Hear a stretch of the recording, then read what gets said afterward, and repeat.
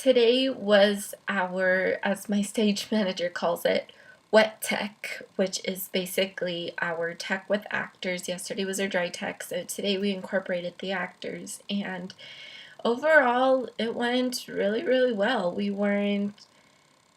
They both went faster than we expected them to. We honestly thought we were going to be finished yesterday around 5 and today around 7, and we were done yesterday by 3:30, and today we were done by 4. So that's really good.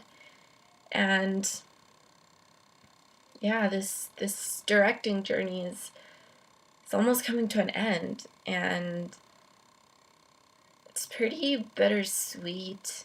It's definitely different being on this side of it and just, kind of experiencing things. And my job is officially done on Tuesday because we open on Wednesday, and I don't need to give notes out anymore after that. So it's definitely a little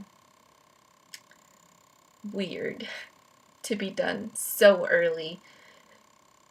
But I'm excited. I'm excited to watch it and just see all the elements come together with an audience. And